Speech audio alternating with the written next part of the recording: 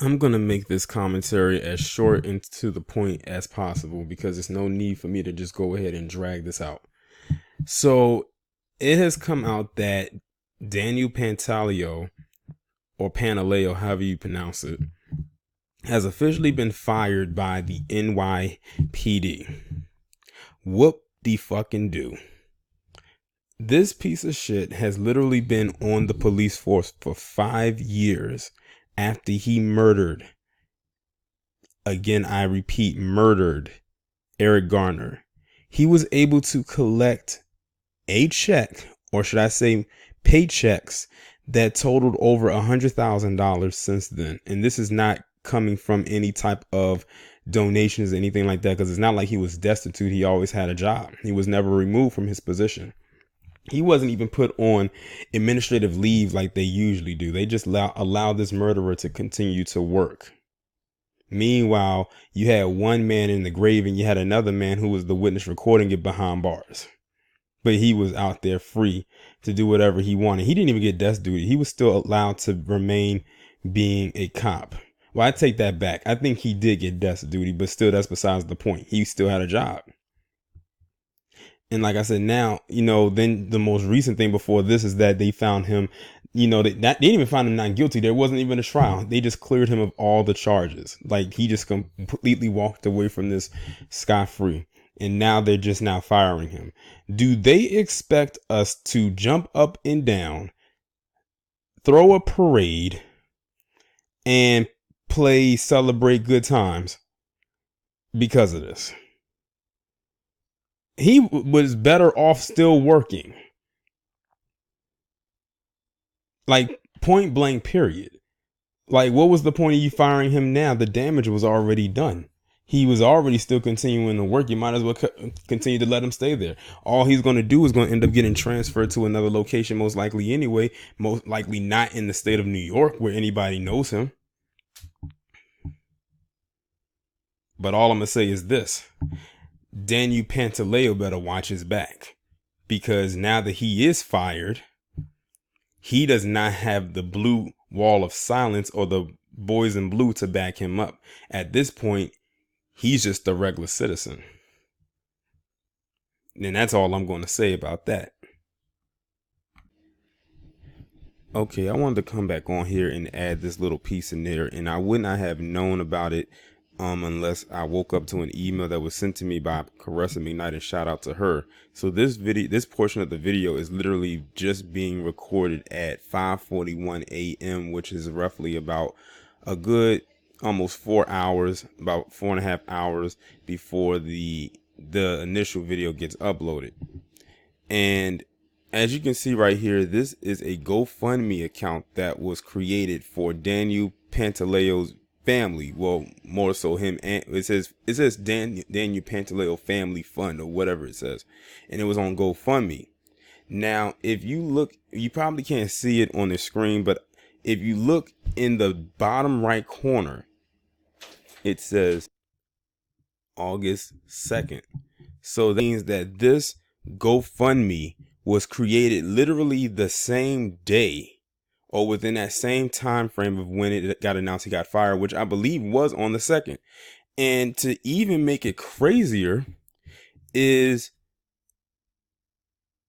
that,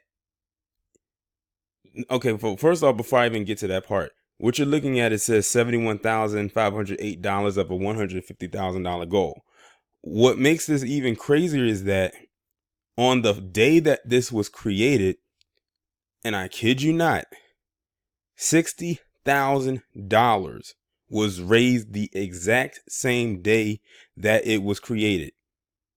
It is very rare that that much money is raised on that day. But then when you looked at the comments that were left, because you're on GoFundMe, you can leave comments. They were by the quote unquote boys in blue. And I would not be surprised if some of those individuals were some of the same ones who would leave those racist comments all over social media, especially on Facebook, and who knows what they had to say about Eric Garner's family. Now, I know what people are going to say. Doesn't this violate the terms of service for GoFundMe? Why wasn't his GoFundMe shut down and this, that, and the third? That is a good question.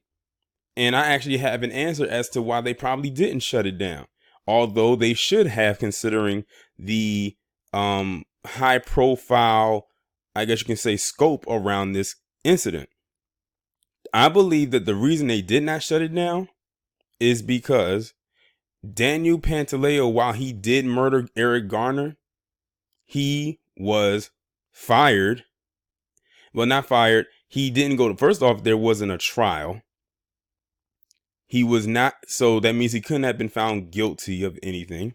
Or even if he was found not guilty and, things like that, they will still keep it up. But then when he got fired, they're basically assuming that he was going to be left destitute.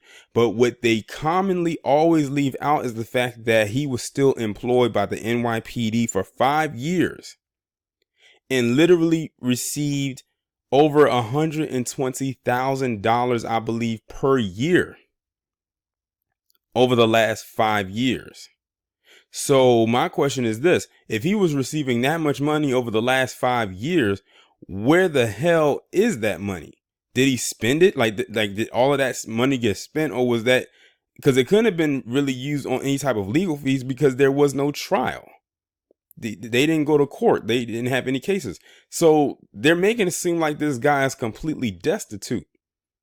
But the fact of the matter is that in one day it raised about $60,000. I think it was roughly around 58,000 and some change.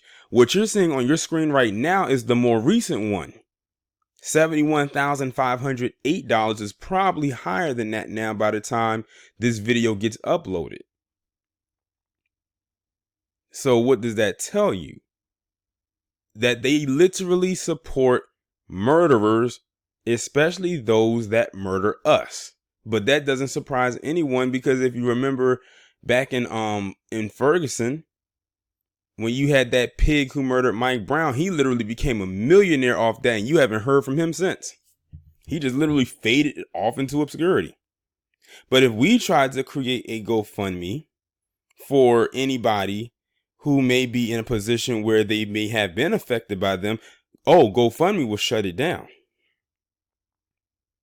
I can only think of one time where we as a collective actually put money on somebody, and that was when Dwayne Stafford put hands on that piece of shit, Dylan Roof, and we as a collective put money on his books, and he was able to be released from jail.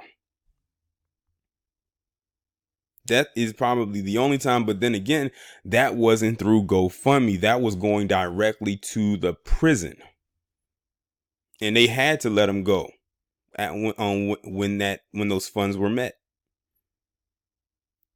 But yeah, GoFundMe has been kind of shady when it comes to stuff like this. It's amazing at the stuff that they will allow and the stuff that they will not allow. And the fact that they allowed this is definitely ridiculous, but it isn't surprising at the same time.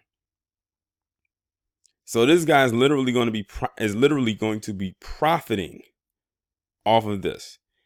Like I said, $60,000 in a day, the day that he got announced that he was fired. That was just when he got announced of him being fired. And they raised that much money in a day.